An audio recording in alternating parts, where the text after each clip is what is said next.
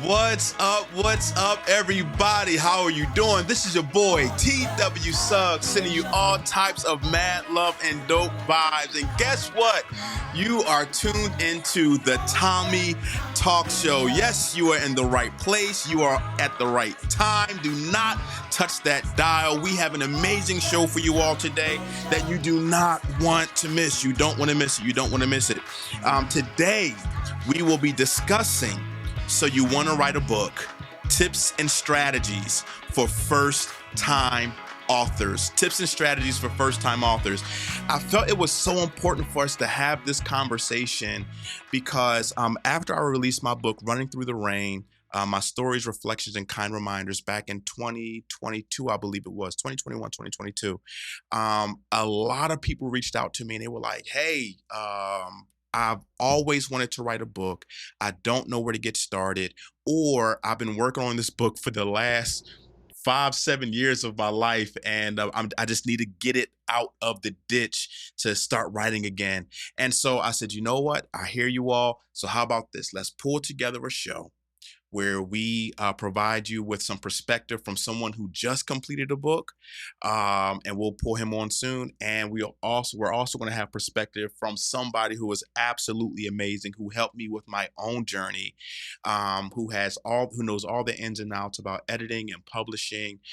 He's worked with some big wigs here and there, and I want to give you also that industry insight, industry perspective as well, that I think that will help you all. So anybody who is a first-time author, or who is an aspiring first-time author, this show is for you. Or if you know someone who's trying to write a book, forward them this. All right. So before we start, you know how we always dive in with a community question. So I asked you all on Instagram and Facebook, and for those of you who are not following me just yet, you can follow me at TW Suggs. That last name is spelled Suggs. That's my handle on Instagram. It's my handle on Facebook. You can also type in, visit the website at www.twsuggs.com and also get this information too. But I asked you all the community question. I said, what is your favorite show on Netflix? What is your favorite show on Netflix? So I had Kyle Ian 30 on Instagram said The Upshaws. The Upshaws is a great show. I've seen a few episodes. I thoroughly enjoy it. Then we have Emily Wiggins Kasum, my sis, who says New Amsterdam. So I have been hearing so much about New Amsterdam that I'm like, okay, I got to dive in. I got to see what this show is all about. So I will be watching New Amsterdam. I'm adding it to my watch list. And I have Miss Gaskins who said anything with action. That's my type of girl. That's what I'm talking about. I am all anime, action, sci-fi. So anything that fits in there. Something that I've been watching a lot lately is I've been trying to catch up on a Mission Impossible. So I went back to Mission Impossible 1 because I watched the newest one. I don't know, which is it, Mission Impossible 12 or something. I don't know. They have a lot of them out. So I just saw the newest one come out, and I said, let me go back to the beginning so I can, get reacclimated with the storyline and everything else like that. Pelzo, what are you watching on Netflix, man? Whatever's on there. He wasn't ready for that question. He wasn't. It's like hit or miss, man. I could dig it. Yeah, that's cool. But Netflix is definitely a great opportunity to even get a hold of some really dope documentaries, so I've been checking out it as well. All right. So ladies and gentlemen, we will be right back after this quick commercial break, and we will be speaking with Jesse White. Don't go anywhere. Ladies and gentlemen, hey, we are here on the Tommy Talk Show. And like I just mentioned, our show today is about So You Want to Write a Book, some tips and strategies for first-time authors. And with me, I have Jesse Winter. Yes, sir. Jesse Winter is the founder of Duo Storytelling, which is a company that helps authors tell the stories they were meant to tell. Jesse served as an editor for an academic journal and a freelancer who worked on Amazon and USA Today bestsellers. He learned the ins and the outs of the publishing world when not deciding where commas go and wrangling editors. Jesse can be found crafting adventures for his next D&D game or running far too many miles in questionable weather. Jesse, welcome to the Tommy Talk Show, my friend. Thanks so much for having me, Tommy. Man, I need to update that bio. Oh man! All right, cool. Well, listen, when you update it, send it back to me, man, because we're gonna have you on the show again anyway. We're gonna have you back on here, so no love lost. Wonderful. Yes, sir. How are you feeling today? Oh, I'm so good. I've been looking forward to this podcast for a long time. Wow! It's so great to actually get to talk to you after working with you on your book. That was probably over a year ago at this point, Yes, sir. Yes, sir. Yeah. Yes, sir. So, ladies and gentlemen, to give you some context, this is the reason why I had to have Jesse on here, because when I was going through the process of writing my book, Jesse was my editor, and he navigated me, gave me some super amazing feedback, and just as some food for thought, whenever you're connecting with an editor, make sure that they understand your perspective, your goals, but also that they have the spirit to help direct you in the right path, because writing a book is a very vulnerable process. So having an editor who is kind, but who was also able to provide some very clear direction and guidance is super important. And Jesse, I have to thank you publicly with all the listeners. Thank you so much for helping me in a very vulnerable season and space in my life when I was writing this book. Thank you, my friend. Oh, I thank you for the opportunity. I remember when it came across my desk, and I was genuinely just so excited to get started on it. Your book, I was rereading. I've read about half of it last night again. Oh, wow. And I was just reminded of how honest and vulnerable you are, like you're talking about. But it's also just so uplifting. Wow. The stories that you're telling and just sharing just honest slices of life. Yes, sir. I'm so glad that it's done well, because it deserves that audience. Oh man, Jesse, man, don't have me over here crying, brother. Thank you so much, man. So Jesse, real quick, let me ask you a question. We opened up with a community question, which was, what is your favorite show, or what are you watching on Netflix? So what are you watching on Netflix, man? Yeah, well, I don't have Netflix anymore, but I did start a show on HBO Max recently. Okay. And it's called Scavenger's Reign. It's an adult animation show. And Okay. It's kind of a science fantasy show where there's this group of people who get stranded on this really strange alien world. Where and it's just got some really creative world building, and the visuals are just really stunning. So that's what I'm watching lately. Oh, I am definitely digging in this weekend. Thank you for that. I'm adding that to my list. Thank you, my friend. So listen, so you're the founder of Duo Storytelling, and by the way, I love what Duo Storytelling stands for. It just feels so person-centered and so sincere. How did you even get started? What led you to wanting to serve authors in this capacity? Yeah, so I started, as a freelance editor. When I was in graduate school, I was working with an academic journal, and then from there, it kind of just ballooned into like, this is something I want to do, for my whole life. Yeah. And I want to help authors in a greater capacity than helping them just work on journal articles. Yeah. And I just this passion for stories just became my career, and suddenly I had too much work for me to do on my own, and I realized that I can't do it all myself. Yeah. And there are people who are better suited to some of the tasks of getting a book out there, and so got a team of people together, and now we're able to help other people navigate the kind of crazy, difficult world of self-publishing. Self-publishing is more accessible than it's ever been, but it's sometimes hard to find good information, and so created Duo Storytelling to be kind of a one-stop shop to help people find their way forward.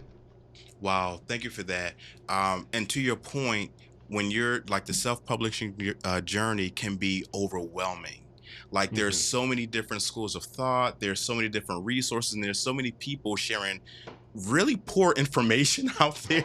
Like, write your book in a day and become Hmm. a number one bestseller by the weekend. It's like, I don't know. I don't know. So, Jesse, let me ask you a question. So, with all the support that you've been providing with a lot of authors, what are some of the common challenges you're noticing first time authors that they're facing? Yeah. So one of the biggest pieces, it's the first time that they've ever interacted with an editor.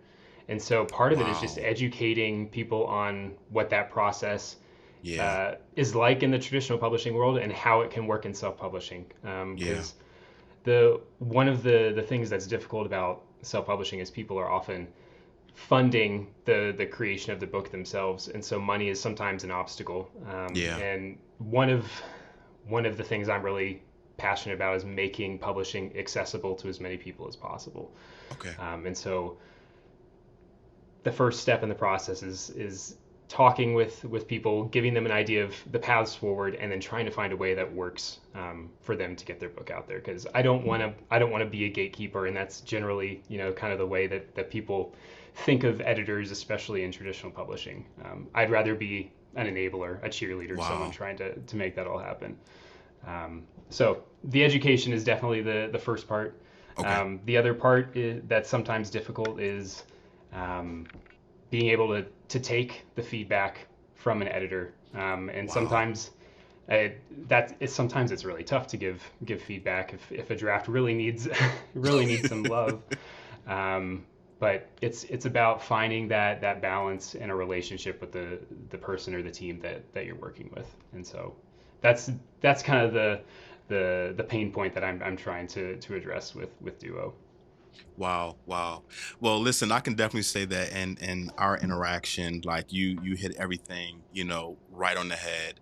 It definitely was a learning experience for me. Because I had never gone down this path.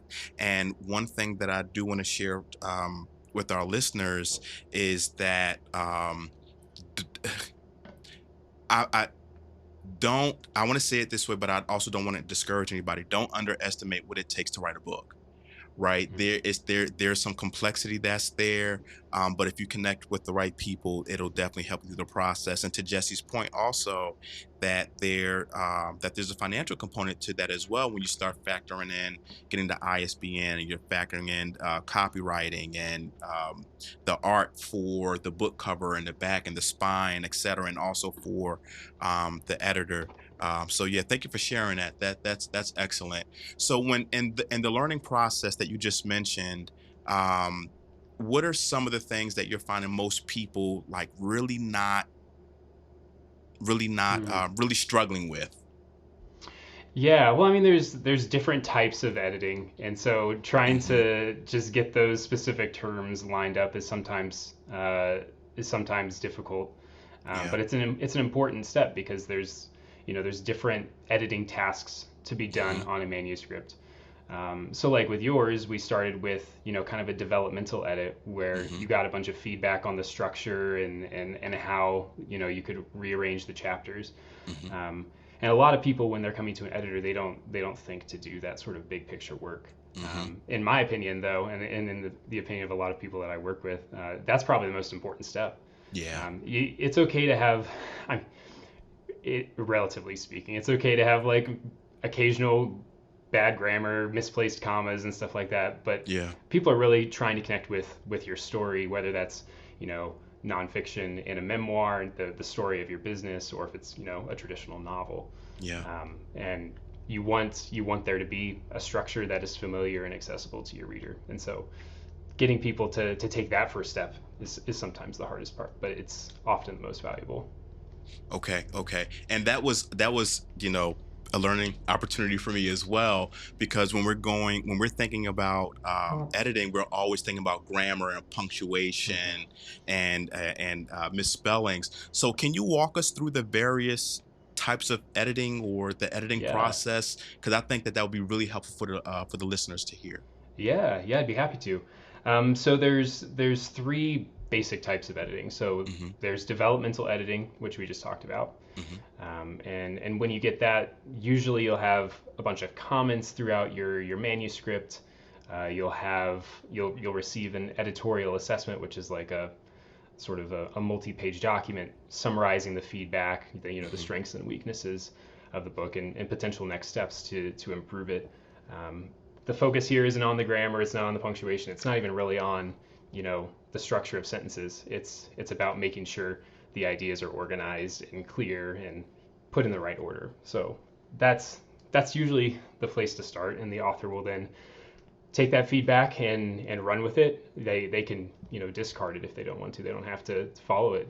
Sometimes and this is important to say. Sometimes the editor doesn't quite pick up on what the book is actually about. Like usually you Oh, try and have a conversation and figure that out so you're both on the same page. But if the editor isn't noticing something that you think is really important to the book, that doesn't necessarily mean it's a bad match. It just means that thing that you want to show up in the book isn't actually showing up like you thought it yeah, is. yeah. Um, so that's why you start there, because you really got to get your content uh, the way you want it. Um, so after the developmental edit, you would move on to a line edit. Some people Hmm. also call it a content edit, Hmm. and this is closer to traditional editing as people think of it. Okay. So this is the step where you're looking at sentences and trying to smooth out the wording, improve the flow, trying to just make everything jive really well. Hmm. Um, Grammar and punctuation might be addressed in this step, Hmm. but usually that's saved for the end of the process, which is copy editing. And so Okay. that's your comprehensive review of grammar, punctuation, style. Basically, you just want the thing to look clean, professional, and be as consistent as possible. So those are the three steps that I usually go through, Okay. and that's what most people do in the self-publishing world, as far as I understand. So Excellent, excellent.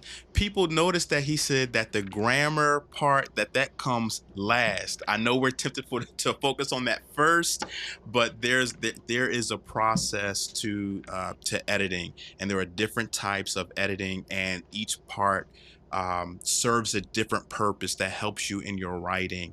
And if you are in the process of working on a book or whatever you're working on, and your editor gives you feedback, one, establish that relationship, have that communication, but also don't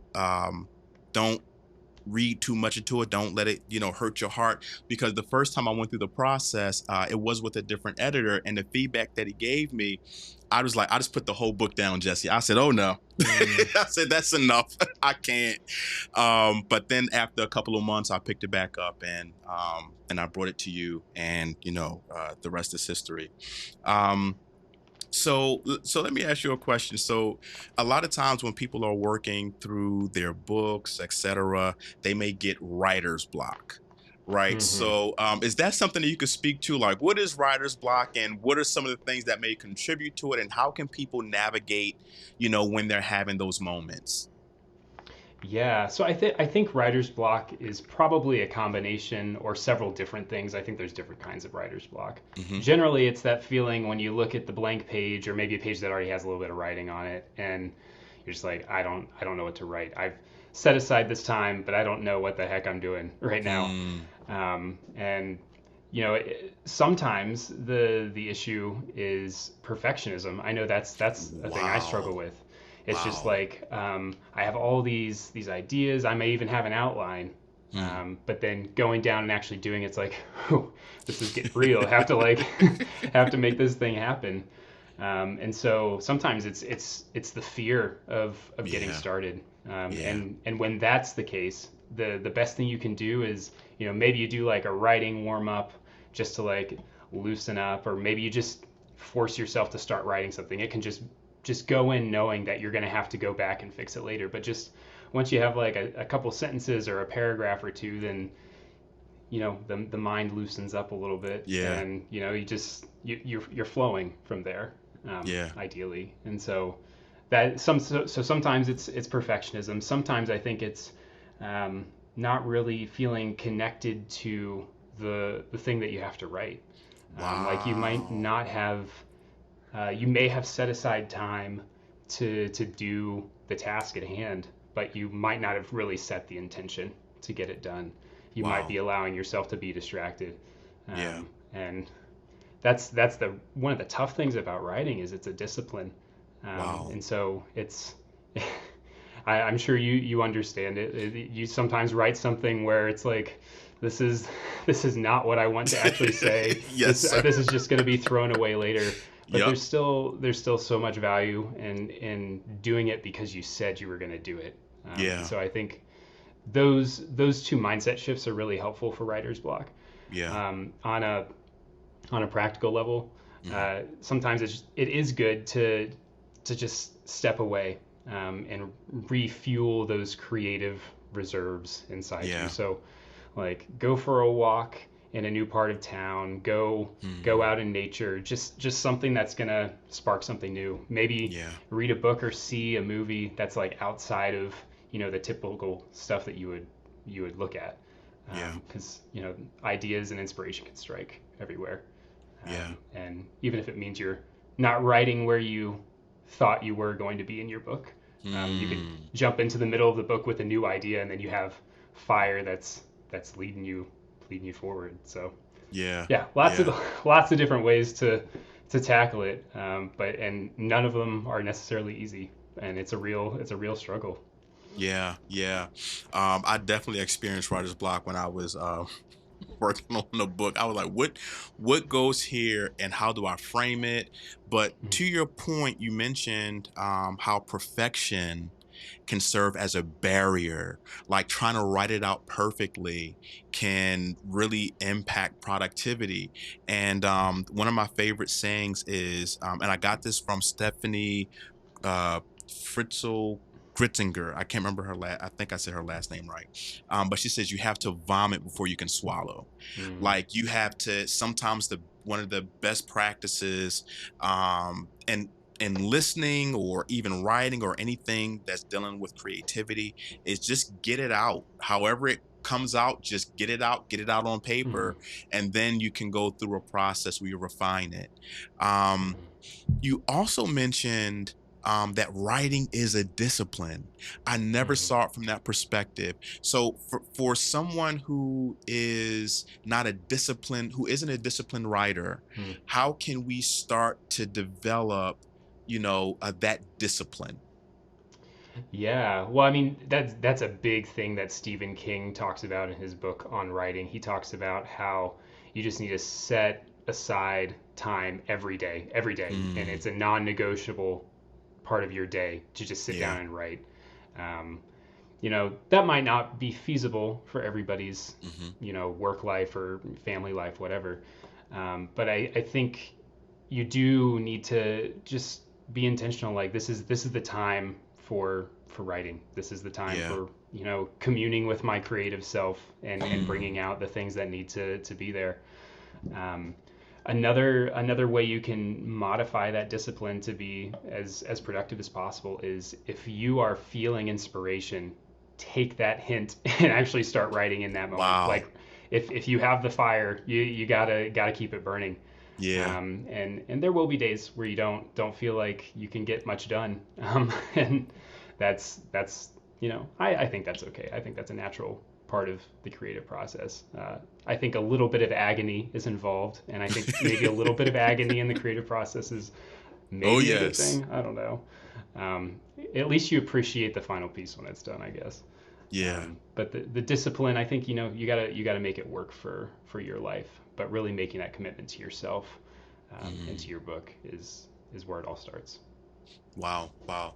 Thank you for that. I heard a I heard somebody, you know what, Pelzer, it may have been Kim Burrell, I don't know, but I think I heard somebody say that when you get that inspiration, she said, and you don't have paper near you, she said, write on a piece of toilet paper, write Yeah. on, do some notes in your phone with it, just write on the Hmm. wall, whatever you have to do, because sometimes that may be the spark that, ignites the entire fire, and if you miss that moment, and I don't know about you, Jesse, but when I miss that moment, when I know inspiration is kicking in and I miss it, it feels like I missed $1 million opportunity, and it Hmm. just feels so awful sometimes. Yep. Yeah, I have a OneNote notebook that's connect. It's like on the cloud, so it's on my computer, it's in my phone, and so like Yeah. whenever I have an idea, that's where it ends up. And it is yeah, it's so painful when you don't have those opportunities written down. And I've missed many of them myself. So, It's good to. I don't want to say it's good to know that I'm not alone, but it's good to know that I'm not alone. yeah. Well, I mean, and it happens when I'm editing a book too. Like especially if I'm Okay. doing a developmental edit. Like sometimes I'll go for a walk or a run or a bike ride, something just to get outside, and it's like inspiration strikes then. And I Wow. don't usually have my phone with me, and so Yeah. it's like, okay, I got to get home so I can like write this down so I don't forget it. Then Pulling you get leaves a out good of the workout tree, out of trying it. to write on them. Yep. Yep. Yep. Wow. Okay. Okay. So Jesse, let me ask you this. So I have and you've shared some super amazing tips and points already. So for I'm 100% certain that there is a first time author or aspiring author watching this show.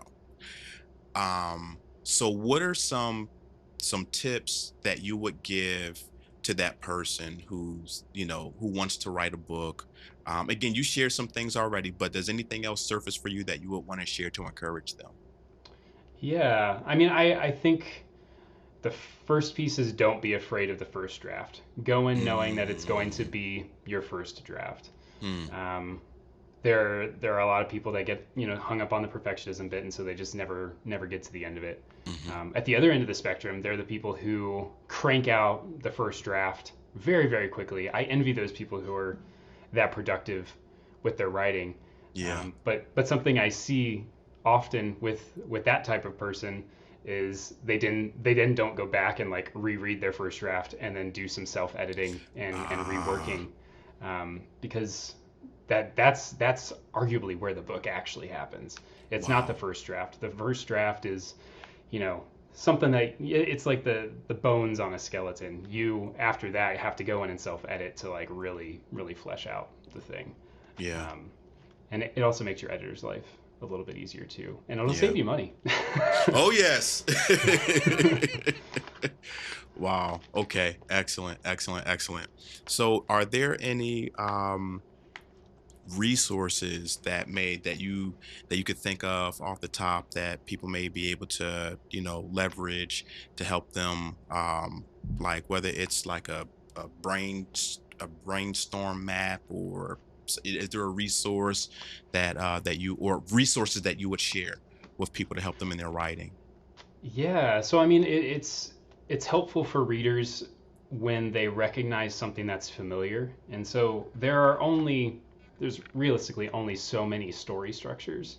Okay. Like if you think of something like Ocean's 11, like that's the heist story structure. If you Yeah. think of um, like Lord of the Rings, that's like the big epic quest to defeat Yeah. evil kind of story structure. Yeah. And so I think doing a little bit of research on some of those story structures ahead of time can really Okay. help you if you're working on a novel. You can sometimes like blend a couple of them together, but Hmm. knowing like okay, so this is what happens at this point in the story. This is what happens at this point in the story. Yeah. Can be really helpful with making sure you have really solid pacing. Um, and the same is sort of true for memoir. Hmm. Like it can be really helpful if like there is a sort of journey that you or whoever's story it is. It's helpful if there's a journey that is very clearly attached to some sort of structure. Like there's a rising action, falling action, climax, all of that sort of Yeah. stuff. Um, with with nonfiction, I especially recommend thinking a little bit about, creating an outline. Like if you're trying to explain something to somebody, make sure you're starting with the simplest or most important stuff first, and then creating building blocks throughout your book to make it easy for your reader to understand the different concepts that you're trying to explain. Ultimately, I see all of this as storytelling, even nonfiction. I think it's ultimately an art more than it is a science. Like it's good to have these structures, but every book is going to be different and unique. So keep all of those things in mind, but then have like a solid idea for your vision of what you want the book to be. What do you want your reader to get out of it? And I felt like your book especially did that. Like it was it seemed like you sold it on the cover when you want it to be reflections, kind reminders, and just honest commentary.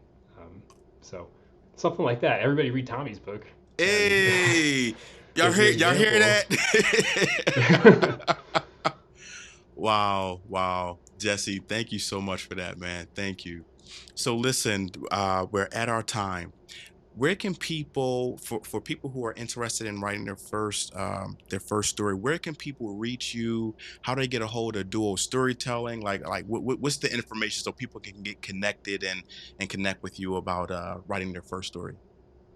Yeah, so you can probably the best place is my website. So it is duostorytelling.com. There's one of those annoying pop-ups that comes up asking you to sign up for the newsletter.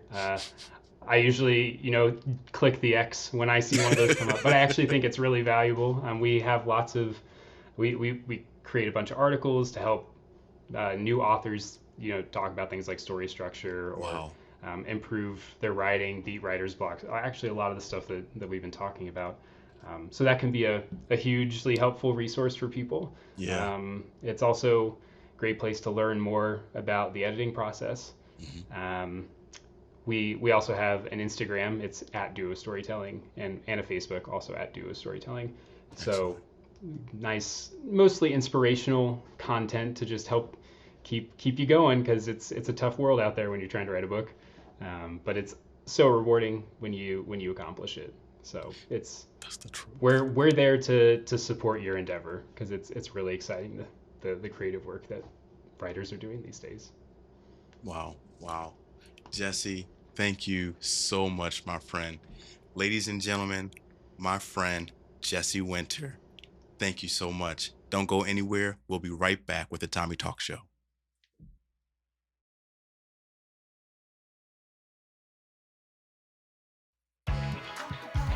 What's up, everybody? This is your boy TW Suggs, and as you know, we are here providing resources and information for first-time authors and aspiring authors, and I could not do this without my homie Ricardo Richard. Welcome, Ricardo. Thank you so much. I'm excited. How you feeling, man? You good? I feel good. I feel really blessed. I'm excited. Thank you for being here, and I'm just excited for people to get to know about the story. Yes, sir. Yeah, yes, sir. Sure. Yes, sir. Now, I see you rocking Gotta Guns. Can we give a shout out to our homie Tariq? Oh, yeah. Shout out to Tariq. Yeah. Gotta Guns. Yes, sir. So, listen, I'm going to read this quick bio of Ricardo, and then I want to talk more about why it was important for us to have him on the show. All right. So, Ricardo Richard is an entrepreneur, artist, author, producer, director, and so much more.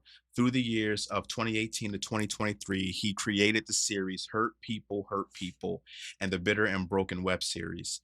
Most recently, he released his first book, Healed People, Healed People.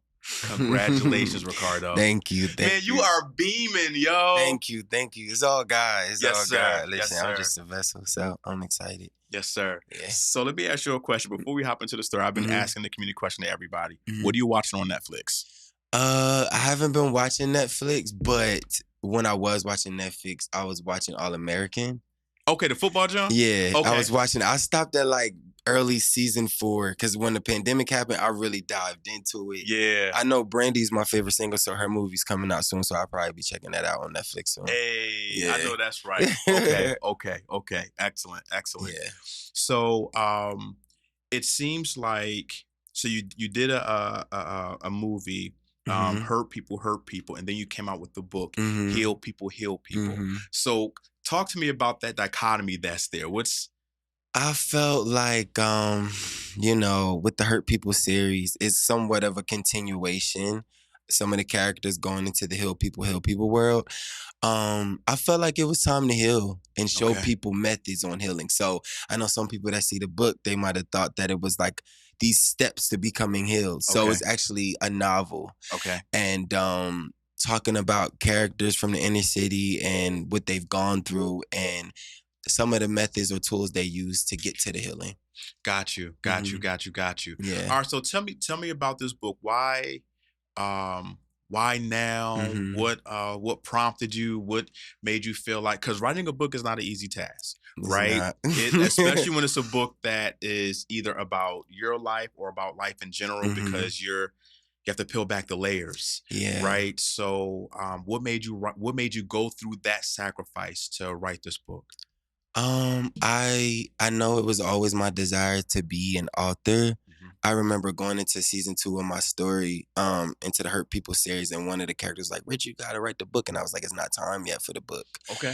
I was just like, once I started, I was like, I want to do 3 seasons. But I didn't realize that the last part of the season would be a movie. Okay. A 3-part movie. But after the series and the pandemic hit, I definitely felt like it was time to write. So while everybody, what we all were going through and getting acclimated to our new normal, I decided to write through such a trying time. And this is how the book came about. So I'm really hoping that through this book, man, it would cause some really serious healing. Some people will begin to really look at their trauma, and they realize that because the book is called Trauma Heal People, the work is in the healing. So you also gotta work. You gotta partner with God. Okay. So we gotta put the work in to get to being the best version of ourselves. Yeah. So yeah. Cool, man. Yeah. Talk to me about the you spoke about a partnership with God. Talk to me more about that, because I think a lot of people think that, okay, well, I prayed about it and that's it. There's no work that needs to be done, right? Or that it's all in God's hands and that's it, But there is work that needs to be done. There is a partnership. Can you talk more about that partnership? I definitely want to say, to add on to, and I'll say it for anybody else, just do it anyway. When I was writing the book as well as the series, I questioned it the whole time. God, am I sure? Am I supposed to do this? Did you really call me to do this? Am I qualified to do it?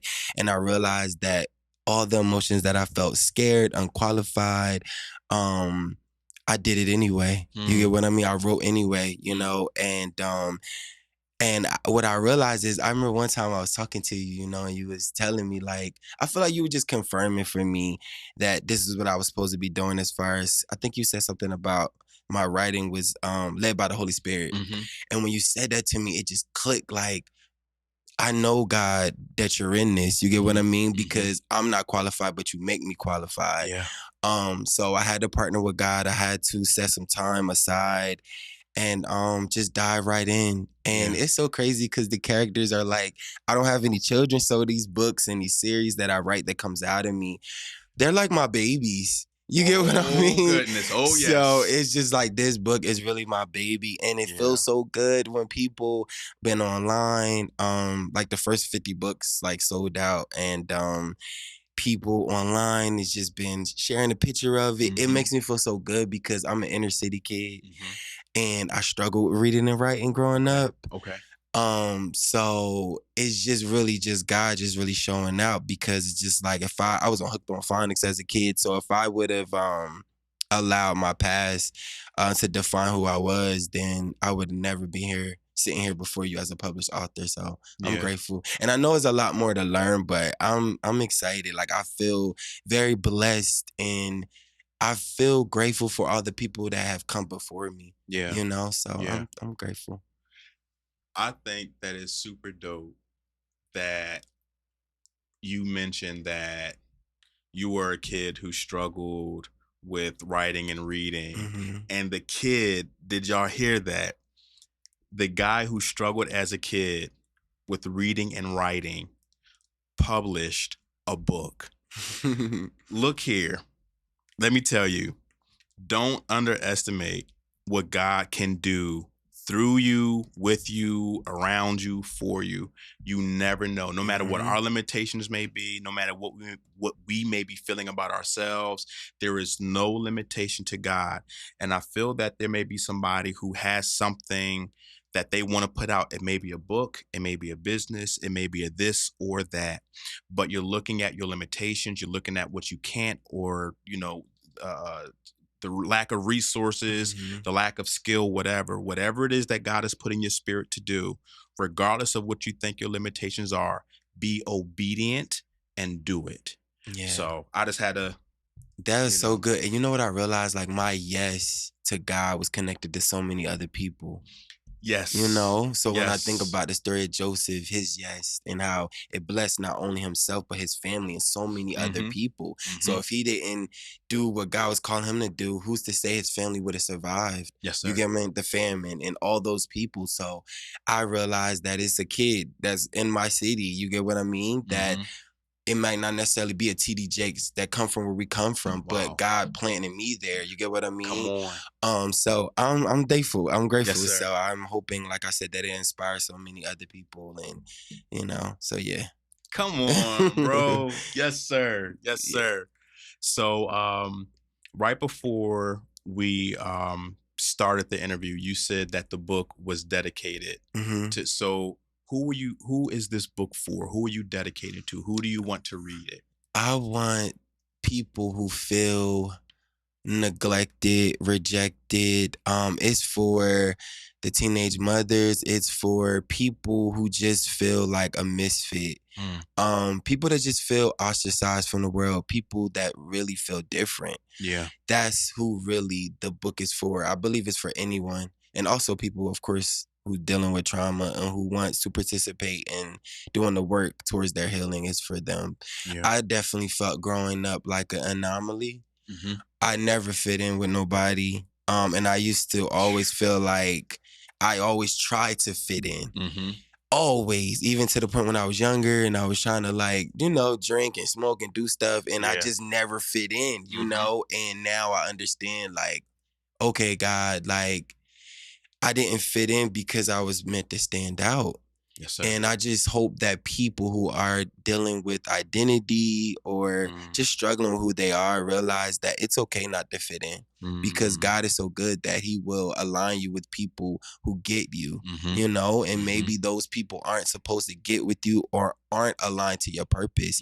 And like I said, God is good because it might not always be the same people that share your same last name or your area code. Come on. So yeah, like it's for those people, and so I'm grateful. Nobody that I know ever wrote a book or doing any of these things. So I just thought, like, nah, like, God, I ain't doing it. I was fearful, but I'm just so grateful to God that I did it anyway, because it really just shows, like, when I step outside of myself and just see all the things, you know, that I'm doing, I'm just like, I don't know. Sometimes it doesn't really resonate with me because I'm just constantly going. But I just know it's just God. I was reading this morning and Acts, and it talked about Herod and just how boastful he was and how it said the angel of the Lord struck him down. Yeah. I'm like, whew, this is heavy.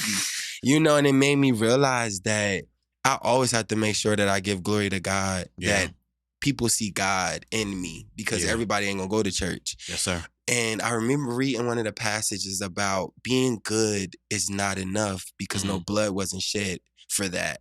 And I just thought to myself, how many people are going to read this book and get the gospel? Yeah.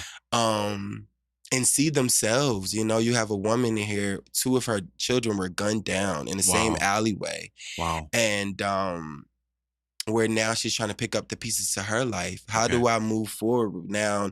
2 of my kids are murdered. Like, was it something I did wrong? Or where's the resources? Everybody's blaming me. I'm a horrible mother. How do I move forward? So I think that people are going to see themselves in this. And at the same time, like I said, God is all in the midst of these characters. So some will get saved from this story, I believe. Some maybe not. Some people will go to therapy. Yeah. Maybe seek what is it called? Work. I forgot what the term is, but it's like a work coach type of life coach. Life coach. Okay. You get what I mean? So whatever the healing, of course, ideally I would love people to get saved. Yeah.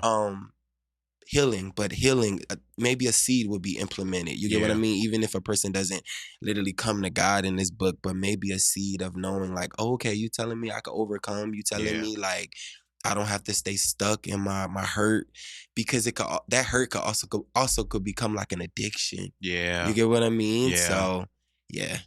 Thank you for that. Yeah. Thank you. I appreciate that. Yeah, for sure. One of the things that we also talked about was and y'all, you all are getting something very special here, and I'm so happy that you agreed to do it. Yeah. Can you read an excerpt from your book, please? It's a little heavy, but I've been told I'm a heavy person, so I'm good. So this part of the story, I believe is in chapter 3.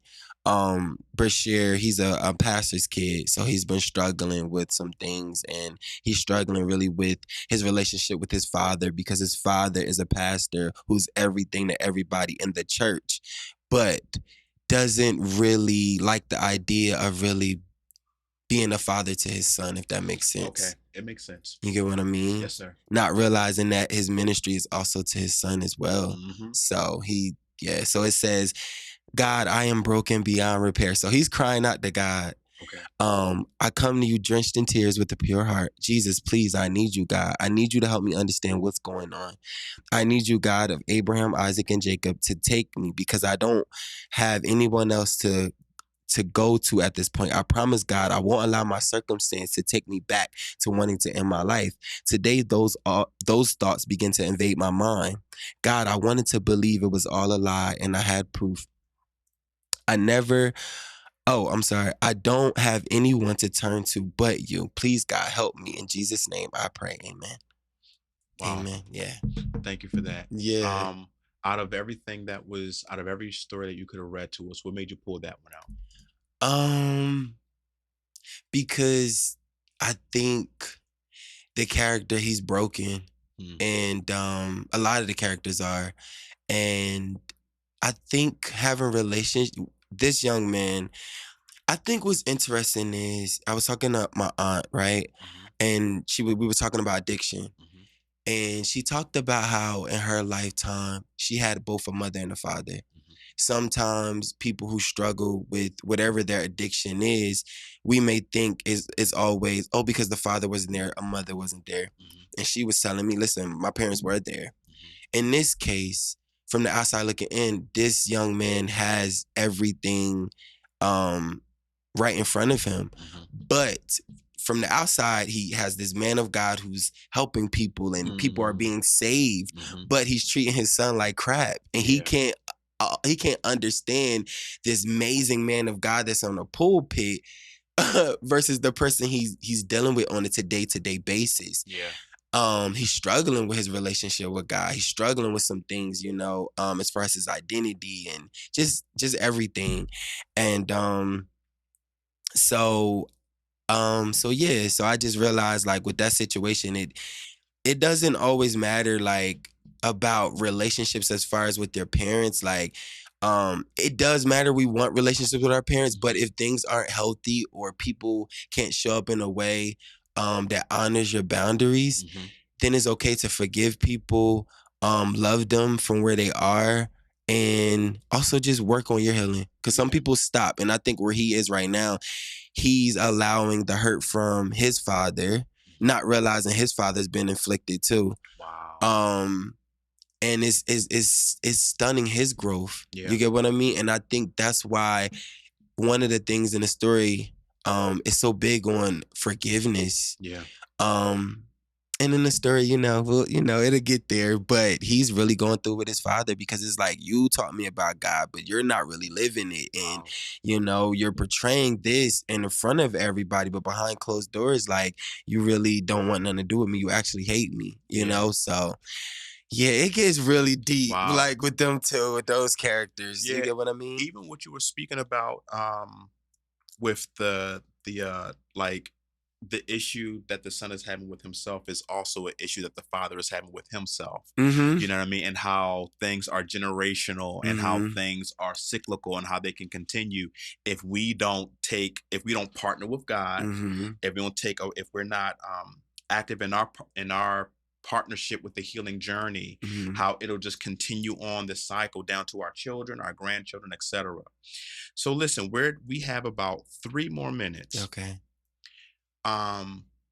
When did your book come out? It came out October the 1st. Okay, October 1st. Amazon. Come on. Trauma heal people, y'all. What's some advice that you would have? I'm going to ask you this question, then I want you to tell people where they can find you and where they can get the book. Yeah. So what's some advice you would give to someone who is a first-time author or somebody who is trying to write their first book? What's some advice that you would give to them? I would give them to sit with themselves. Sometimes even being still. Don't rush the process. Because sometimes I struggle with that. It's okay to write down notes. You get what I mean? Writing. Sometimes people may dream, write it down. Make a relationship with your gift. Wow. And I will also say, just make time. Just make time for it. You get what I mean? Even if there were times where the work was so heavy, I would be like, okay, I probably need to write a page a day. Because I'm like, God, this is a lot. Because a lot of times when I was writing, I'm like having to push the laptop back. Sometimes I'm like, whoa, this is heavy. I went through so many different emotions writing this book. So I think not comparing yourself to anybody else. And I think just write, just write and go back and do the writing and revising it and all of that. Just get the thought out. And like I said, maybe today might be a half a page. You get what I mean? And there's times, like I said, I wrote 1 page a day. There's times where I wrote plenty of pages a day. You get what I mean? I remember when I was writing my season, I wrote like 2 episodes in a couple of hours, and so it varies, but finding your niche and what works for you, I think is so important. And like I said, just taking your time with it, and and also prayer, I think is good too. Asking God, like, God, what direction do you want me to go in? Come on. What do you want me to say to these people? Because this book is so much bigger than me. And like I said, I went through a lot of emotions writing this book. And I know that even with this book in the series and everything, a lot of people was talking about how it talks about things that a lot of people don't want to talk about. So I know that it's going to be heavy, but it's also, like I said, it's healing too. So just start. That's what I just say. Just start. Just start. Even if you fear and even if you don't feel like you're equipped, just start. Just do it. When I started, I didn't really know how it was going to pan out, but I just start. I just started it. So just start. Wow. Thank you. Just do it, y'all. Just start. Just start. Whatever you're feeling right now, just go ahead and just start. Get a paper, get a pen, get some paper, and just start. Just start. Ricardo, where can they find this book, man? So you can find the book, Trauma, Healed People, Heal People. The work is in the healing, you guys. You got to do the work. You can find it on Amazon and Barnes & Nobles. You could just type in the search, Trauma, Healed People, Heal People. So yeah, people have been getting the book. I'm excited. I'm grateful. And you guys can find me on Facebook. It's Ricardo Richard, RICARDO, RICHARD, and Instagram the same name. And please, you guys, before you even read the book, please check out my web series and my movie. It's on YouTube, Bitter and Broken web series. And be on the lookout too for my podcast dropping at the top of the year called The Valley. Come on. Ricardo, thank you so much for being a guest on the Tommy Talk Show, man. We are proud of you. Keep going. Don't stop. Like you said, just go ahead and do it, man. Yes. Ladies and gentlemen, we'll be right back. Don't go anywhere. Ladies and gentlemen, that's our show today. I hope you found this show very helpful, very resourceful. We provided some tips, some strategies for first-time and aspiring writers. We also heard from Jesse Winter, and we also heard from my guy in the studio, Ricardo Richard, on releasing his first book. And he also shared what his book is about and where you can get it, and some insights for first-time authors as well. Ladies and gentlemen, we are a part of P3 Christian Radio. Our shows are edited and they're produced by Keith Pelzer at the Combos Lounge, and we are affiliated with the Culture Talk Show. I'm your boy T.W. Suggs. Find us at www.twsuggs.com. I will talk to you all later. Peace.